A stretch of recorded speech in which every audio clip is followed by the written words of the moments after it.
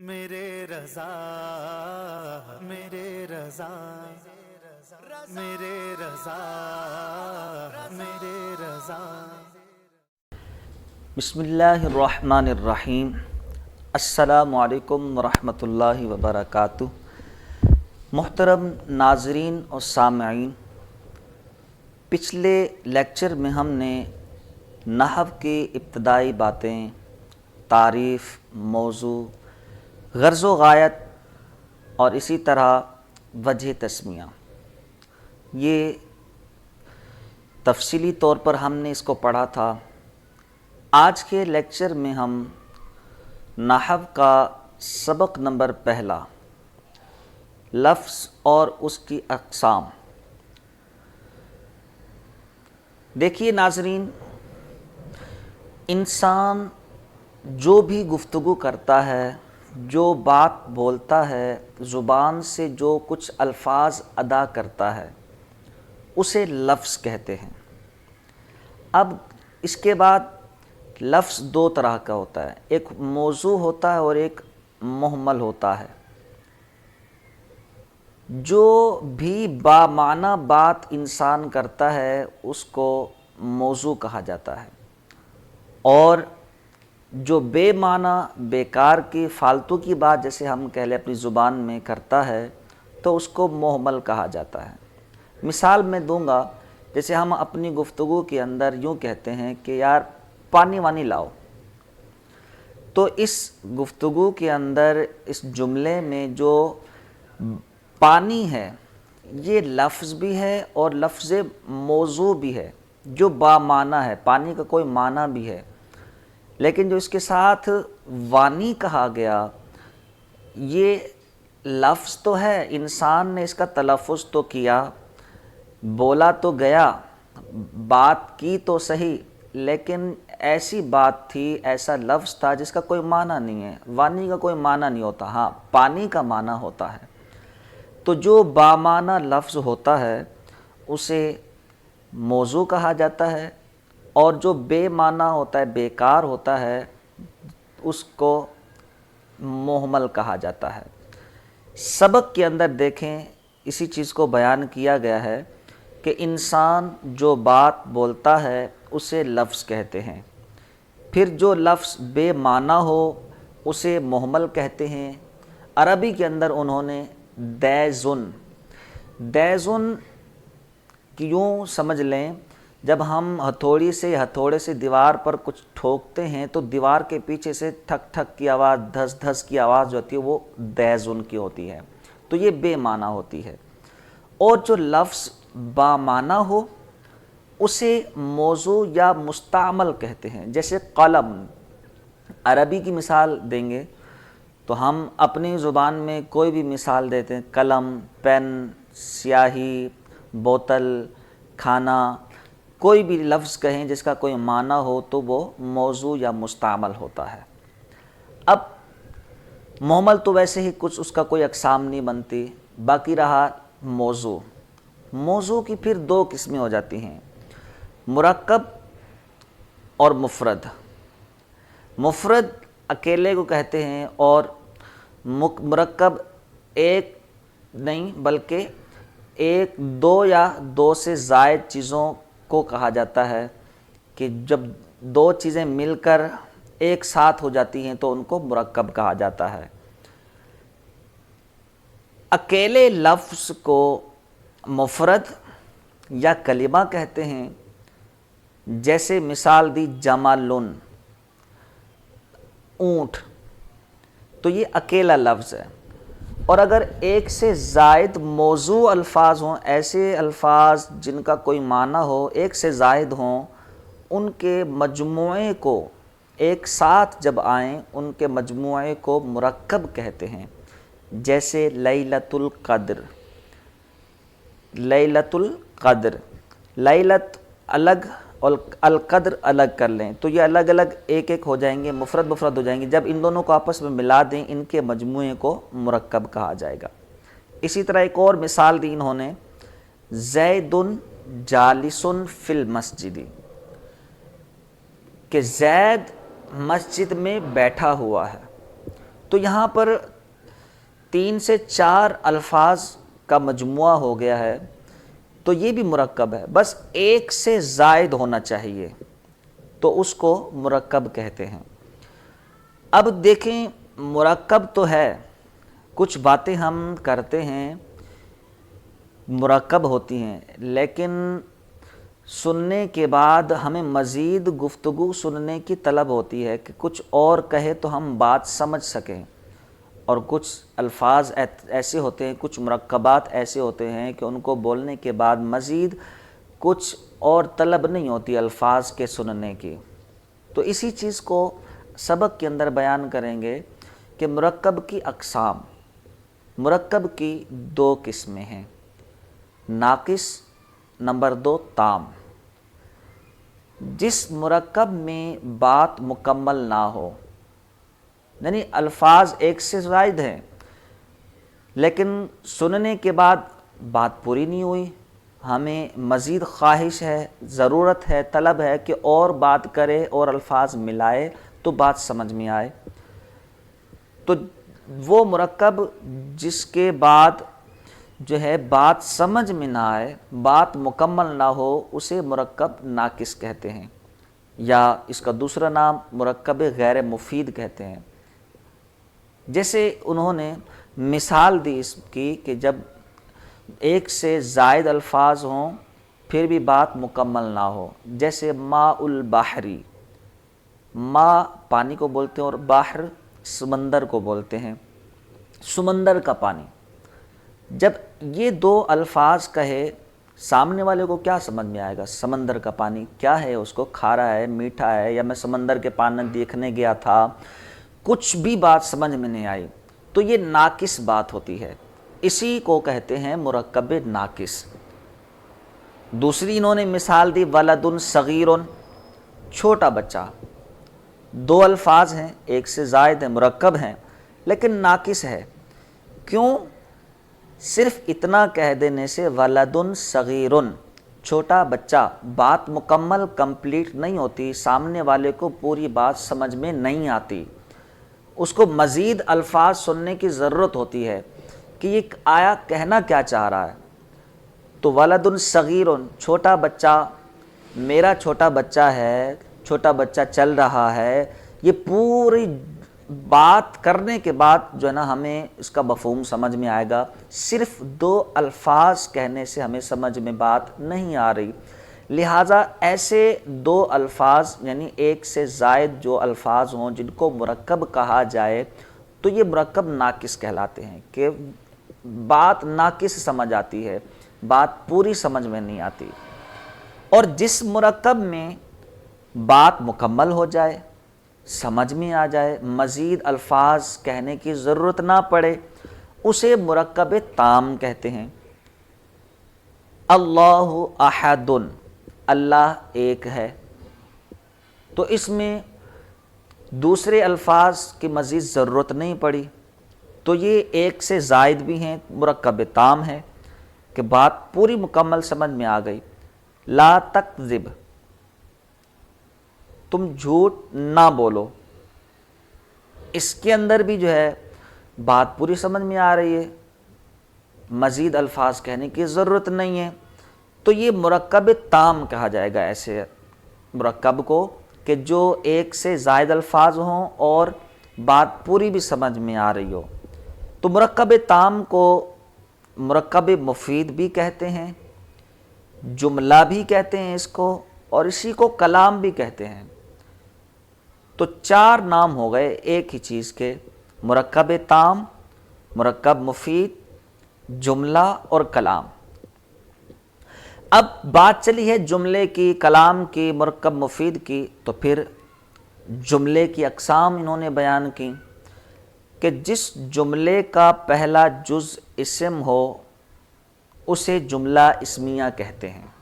جملہ یاد رکھیے یا تو اسمیہ ہوگا یا فعلیہ ہوگا۔ اگر شروع جملے میں فعل ہو تو جملہ فعلیہ، اور شروعات میں یا ابتدا میں جملے کی اسم ہو تو وہ جملہ اسمیہ ہوگا۔ آگے آپ کو فعل، اسم اور حرف وغیرہ کی یہ معلومات اور پہچان بتا دی جائے گی۔ ابھی آپ فی الحال اتنا رکھیں کہ شروع میں فعل ہو تو وہ جملہ فعلیہ کہلائے گا، اور اگر شروع میں اسم ہو تو وہ جملہ اسمیہ کہلائے گا۔ اسی بات کو کتاب کے اندر بیان کر رہے ہیں، جس جملے کا پہلا جز اسم ہو اسے جملہ اسمیہ کہتے ہیں۔ جیسے البستان جمیل، خوب، جمیل کا مطلب ہوتا ہے خوبصورت، اور البستان کا مطلب ہوتا ہے باغیچہ بھی لے سکتے ہیں، باغ بھی لے سکتے ہیں۔ باغ خوبصورت ہے تو البستان اسم ہے اور پہلا جملہ بھی ہے، پہلا جز بھی ہے، تو پہلا جز اسم ہو تو یہ جملہ اسمیہ کہلاتا ہے۔ اور جس جملے کا پہلا جز فعل ہو اسے جملہ فعلیہ کہا جاتا ہے۔ جیسے ناصارہ راجلن، ناصارہ مدد کی اس ایک مرد نے، راجلن کا مطلب بھی مرد ہوتا ہے، تو ناصارہ مدد کی زمانہ ماضی پایا جا رہا ہے، تو زمانہ ماضی کا پایا جانا یہ فعل کی علامت ہوتا ہے، تو شروع میں فعل آیا تو یہ جملہ جو ہے، یہ مرکب، یہ کلام جو ہے، یہ جملہ فعلیہ کہلائے گا۔ اسی طرح کہا جس جملے کو، اب دیکھیں ہم اپنے زبان سے جو گفتگو کرتے ہیں، کلام کرتے ہیں، ایک لفظ بولتے ہیں، ایک سے زائد بولتے ہیں، مرکب تام بولتے ہیں، مرکب ناقص بولتے ہیں، جتنے بھی الفاظ بولتے ہیں، جو گفتگو کرتے ہیں ہم، تو ہم یا تو سچ بول رہے ہوں گے یا جھوٹ بول رہے ہوں گے، ٹھیک ہے جی۔ اسی طرح جس جملے کو سچا یا جھوٹا کہا جا سکتا ہو، ایسی بات ہم کر دیتے ہیں کہ جس کو سچا بھی کہا جا سکتا ہو، جھوٹا بھی، ہاں یار تم سچ بول رہے ہو یا جھوٹ بول رہے ہو، دونوں میں سے کوئی ایک بات ہوگی، تو اسے جملہ خبریہ کہتے ہیں۔ جہاں پر خبر ہوتی ہے، کسی چیز کی خبر دی جاتی ہے، تو وہاں پر جھوٹی بھی ہو سکتی ہے اور سچی بھی ہو سکتی ہے۔ جیسے انا کاتبن، انا مطلب میں، کاتبن لکھنے والا ہوں، میں لکھنے والا ہوں۔ اب میں یہ جو قول اپنا کر رہا ہوں، بات کر رہا ہوں، ہو سکتا ہے میں لکھنے والا نہ رہوں، لکھ نہیں رہا ہوں، فارغ بیٹھا ہوا ہوں، جھوٹ بھی ہو سکتا ہے اور واقعی میں لکھ بھی رہا ہو سکتا ہوں۔ تو یہ ایسی بات ہے کہ جس میں جھوٹ بھی ہو سکتا ہے اور سچ بھی ہو سکتا ہے، تو اس دونوں باتوں کا جو جملہ احتمال رکھتا ہو نا، کہ جھوٹ بھی ہو سکتا ہو، سچ بھی ہو سکتا ہو، تو ایسے جملے کو جملہ خبریہ کہا جاتا ہے۔ اور بعض اوقات ہم گفتگو جب کرتے ہیں تو ایسا جملہ بولتے ہیں نہ جس کو ہم جھوٹا بول سکتے ہیں نہ ہی سچا بول سکتے ہیں، وہ نہ سچا ہوتا ہے نہ جھوٹا ہوتا ہے۔ اسی بات کو کتاب کے اندر بیان کیا جا رہا ہے کہ جس جملے کو سچا یا جھوٹا نہ کہا جا سکتا ہو اسے جملہ انشائیہ کہتے ہیں۔ جیسے انصر، مدد کر۔ اب ہم دیکھیں سامنے والے کو کہیں کہ مدد کر، کتاب پکڑا، موبائل پکڑا، یہ دے دو وہ دے دو، تو اس میں ہم کسی کام کا حکم دے رہے ہیں، یہ کوئی ایسی بات خبر نہیں دے رہے کہ جو سچی ہو سکتی ہے جھوٹی ہو سکتی ہے۔ یہ جملہ ایسا ہے کہ مدد کر، کرے گا تو ثواب ملے گا اس کو، نہیں کرے گا تو گنہگار بھی نہیں ہوگا۔ البتہ یہ جملہ بولنے سے ہمیں یہ احتمال نہیں ہوتا کہ یہ جھوٹا ہے یا سچا ہے۔ تو جس جملے میں، جس کلام میں نہ سچا ہونا پایا جائے نہ جھوٹا ہونا پایا جائے، ایسے جملے کو جملہ انشائیہ کہا جاتا ہے۔ جیسے انصر، اس کی عربی کے اندر مثال دے دی ہے فعل امر کی۔ یہ تو تھا ناظرین اور سامعین پہلا سبق، لفظ اور اس کی اقسام۔ اب جو ہے ہم آ جاتے ہیں اس کی تمرین پر۔ تمرین دیکھیں، پہلی بالکل آسان ہے، اس کے اندر آپ کو سمجھانے کی ضرورت نہیں ہے، وہ آپ نے سوال دیکھنے اور اسباق میں سے ان سوالوں کے جواب دیکھ لینے۔ دوسری تمرین کے اندر آ جائیں، غلطی کی نشاندہی کیجیے۔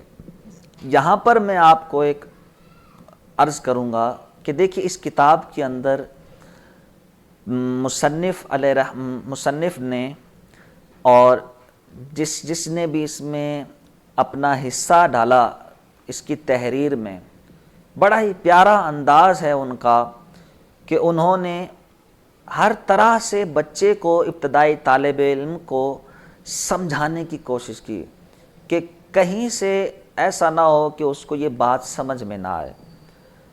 انہوں نے پھر گویا اس طرح کیا کہ جو اسباق کے اندر صحیح چیزیں بیان کی ان کو غلط کر کے آگے لکھا، تاکہ جو پیچھے صحیح پڑھ کے آئیں غلط دیکھ کر ہمیں پتہ چل جائے کہ یہ غلط ہے اور یہ صحیح ہے پیچھے جو بیان کیا ہے۔ تو غلطی کی نشاندہی کرنی ہم نے، پیچھے ہم نے جو اسباق میں پڑھا تھا وہ ہم نے یاد رکھنا ہے۔ بے معنی کلمے کو محمل کہتے ہیں، تو ہم پیچھے دیکھتے ہیں بے معنی کلمے کو محمل کہتے ہیں۔ بے معنی کلمے کو نہیں، بے معنی لفظ کو جب ہم نے پیچھے اسباق میں دیکھا، سبق میں دیکھا، تو بے معنی لفظ تھا، کلمہ نہیں تھا۔ تو ہم نے یہاں پر اس کو درست کر لینا ہے، کلمے کی جگہ لفظ لکھ دینا ہے۔ نمبر 2، موضوع لفظ کو مفرد کہتے ہیں۔ موضوع لفظ کو مفرد کہتے ہیں۔ تو یہاں پر ہم پیچھے سبق میں جب کتاب کھول کر دیکھیں گے تو ہمیں اس کا صحیح جواب ملے گا، وہ یہ کہ اکیلے موضوع لفظ کو مفرد یا کلمہ کہتے ہیں۔ تو ہم نے یوں درست کر لینا ہے۔ نمبر 3 بھی آ جائیں، جس جملے کا پہلا جز فعل ہو اسے جملہ اسمیہ کہتے ہیں۔ جب ہم نے کتاب کے اندر دیکھا سبق میں تو ہمیں یہ ملا کہ جس جملے کا پہلا جز فعل ہو اسے جملہ فعلیہ کہتے ہیں، لہذا جو کتاب میں نشاندہی کرنی ہے وہ غلط ہے، اور جملہ اسمیہ کی جگہ ہم نے جملہ فعلیہ کر دینا ہے۔ نمبر 4 پہ آ جاتے ہیں۔ نمبر 4 پہ ہے جس جملے کو سچا یا جھوٹا کہا جا سکتا ہو اسے جملہ انشائیہ نہیں بلکہ کیا کہتے ہیں، جملہ خبریہ کہا جاتا ہے۔ تو اس طرح یہ دوسری تمرین ہماری مکمل ہوئی۔ اب آتے ہیں تیسری تمرین پر۔ تیسری تمرین میں انہوں نے پوچھا ہے، جز الف میں 2 جز انہوں نے بنائے ہیں۔ پہلے جز کے اندر انہوں نے کہا ہے کہ مفرد اور مرکب الگ الگ کیجئے۔ تو ہم نے پیچھے سبق کے اندر بھی مفرد اور مرکب کی تعریفات پڑھ لی ہیں، تو ہمیں یہاں پر ایکسرسائز کرنی ہے، مشق کرنی ہے اور ان کو جدا کرنا ہے، الگ الگ کرنا ہے کہ مفرد کون سے ہیں اور مرکب کون سے ہیں۔ تو دیکھیے الحیاء، حیا یہ مفرد ہے۔ نمبر 2 پہ ہے رسولنا، ہمارے رسول۔ صرف رسول ہوتا، رسول تو یہ مفرد ہوتا، نون الف زبر نا آ گیا تو یہ الگ سے ایک اسم آ گیا تو یہ مرکب ہو گیا۔ آگے ہے نمبر 3 پر الرجاء، امید کرنا، یہ بھی اکیلا لفظ ہے تو اس کو کیا کہیں گے، مفرد۔ نمبر 4 پہ ہے رب العالمین، تمام عالمین کا رب۔ تو رب الگ ہے اور العالمین الگ ہے، تو گویا یہ ایک سے زائد ہے تو یہ مرکب ہوا۔ الصدق، سچ بولنا یا سچا ہونا، یہ مفرد ہے۔ عبد مؤمن، مومن بندہ۔ عبد الگ ہے، مومن الگ ہے، تو یہ 2 الفاظ ہو گئے تو یہ مرکب ہو گئے۔ الامانت، الامانت امانت یہ مفرد ہے۔ ناقۃ اللہ، اللہ کی اونٹنی۔ تو یہ اردو ترجمے میں ہمیں پتہ چل رہا ہے کہ یہ 2 لفظ ہیں، ناقۃ الگ اور اللہ تعالیٰ کا اسم گرامی الگ، تو یہ مرکب ہے۔ الصوم جنۃ، روزہ ڈھال ہے، تو روزہ ڈھال ہے یہ بھی مرکب ہے، کیونکہ الصوم الگ لفظ ہے، جنتن الگ لفظ ہے، تو ایک سے زائد الفاظ جب ہوں تو وہ مرکب کہلاتے ہیں۔ الایمان یہ اکیلا ہے تو یہ مفرد کہلائے گا۔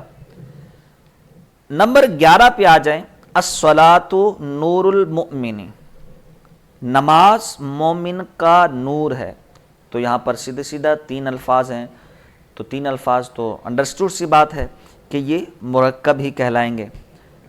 نمبر 12، ان اللہ علی کل شیء قدیر، اللہ تعالی ہر شے پر قادر ہے۔ اس میں تو بتانے کی ضرورت نہیں پڑے گی آپ کو کہ یہ مفرد ہے یا مرکب ہے، یہ جملہ مرکب ہے۔ اب آ جاتے ہیں جز با پر۔ جز با کے اندر انہوں نے پوچھا ہے مرکب ناقص اور مرکب تام الگ الگ کریں، یعنی وہ مرکب کہ جس میں بات ادھوری رہ جاتی ہے ان کو الگ کرنا ہے، اور مرکب تام کہ جس کے اندر بات مکمل ہو جاتی ہے ان کو الگ کرنا ہے۔ تو آئیے کوشش کرتے ہیں، آپ کاپی پینسل وغیرہ ساتھ رکھیں اور ساتھ ساتھ لکھتے جائیں۔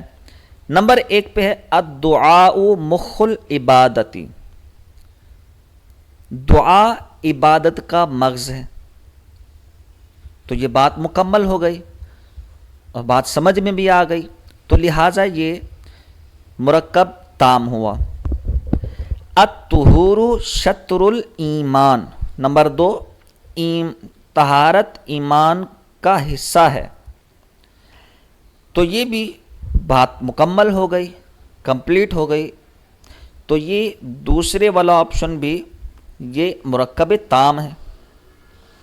حقوق الوالدین کبیرۃن، والدین کے حقوق جو ہیں وہ بہت بڑے ہیں، بات پوری جو ہے نا سمجھ میں آ رہی ہے، لہذا یہ بھی مرکب تام میں ہم ایڈ کر لیں گے۔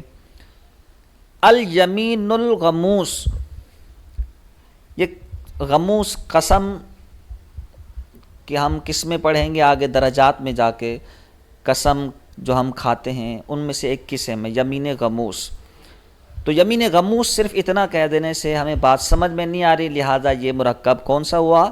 ناقص۔ نمبر 5، المؤمن مرآت المؤمن، مومن مومن کا آئینہ ہے، پورا ایک محاورہ ہی ہے، جملہ ہے جس میں بات پوری سمجھ میں آ رہی ہے، لہذا یہ مرکب تام ہوا۔ نمبر 5 آگے آتے ہیں نمبر 6۔ نمبر 6 پہ ہے سید القوم خادمہم، کہ قوم کا جو سردار ہوتا ہے وہ قوم کا خادم ہوتا ہے، پوری بات سمجھ میں آ گئی، لہذا یہ بھی مرکب تام ہوا۔ نمبر 7، طلب العلم فریضۃ، علم طلب کرنا فرض ہے، یہ بھی پوری بات ہے، کمپلیٹ ہو گئی، اس کے آگے کوئی الفاظ اور مزید ہمیں ضرورت نہیں پڑ رہی، تو یہ بھی نمبر 7 جو ہے مرکب تام ہے۔ نمبر 8 جو ہے البرکۃ مع اکابرکم، ترجمہ سنتے ہیں، برکت جو ہے وہ تمہارے اکابر بڑوں کے ساتھ ہے، تو بات مکمل ہو گئی، ایک محاورہ بولا جاتا ہے یہ، تو یہ مرکب تام ہوا۔ نمبر 9 پہ ہے امتم مؤمنتن، امتن بولتے ہیں لونڈی کو، غلام اور لونڈی جو ہوتے ہیں، اور مؤمنہ ایمان والی، ایمان والی لونڈی۔ جب اتنا 2 الفاظ کہیں گے تو ہمیں بات سمجھ میں نہیں آئے گی، مزید الفاظ کی ضرورت پڑے گی کہ مومن لونڈی کو کیا ہوا، ایمان والی جو لونڈی ہے وہ کیا کرتی ہے، کیا ہے، اس کا پوری ڈیٹیل پوچھنی پڑے گی، تو یہ بات سمجھ میں نہیں آئی، تو لہذا نمبر 9 امتن مؤمنتن جو ہے یہ مرکب ناقص ہے۔ نمبر 10 پہ آ جائیں، لا يدخل الجنت قاطع، قطعی تعلق کرنے والا جنت میں داخل نہیں ہوگا، یہ بھی ایک پورا جملہ ہے جس میں پوری بات سمجھ میں آ گئی، لہذا نمبر 10 یہ بھی مرکب تام ہے۔ العلم النافع، نفع بخش علم، یہ مرکب ناقص ہے، نفع بخش علم کیا کرتا ہے، کیا ہوتا ہے اس سے، یہ ساری بات مکمل نہیں ہوئی، مزید الفاظ کی حاجت پڑتی ہے اس کے اندر، تو یہ مرکب ناقص ہے۔ آگے ہے نمبر 12، الزکوٰۃ قنطرۃ الاسلام۔ یہ پوری بات ہے اس کے اندر، تو ہم اس کے اندر جو 12 نمبر جو پوائنٹ ہے اس کو ہم مرکب تام کے اندر ایڈ کر دیں گے۔ تو یہ رہا دوستو ہمارا آج کا لفظ اور اس کی اقسام کا سبق، جس میں ہم نے لفظ کی تعریف، موضوع کے بعد پھر مرکب کی اقسام، پھر جملے کی اقسام، اس کے بعد ہم نے تمارین کے اندر ایکسرسائز میں اس کو حل کیا۔ اللہ پاک ہم سب کو حقیقی معنی میں عالم دین بنائے اور ہمارے لیے اس علم کو ذریعہ نجات بنائے۔ السلام علیکم ورحمۃ اللہ وبرکاتہ۔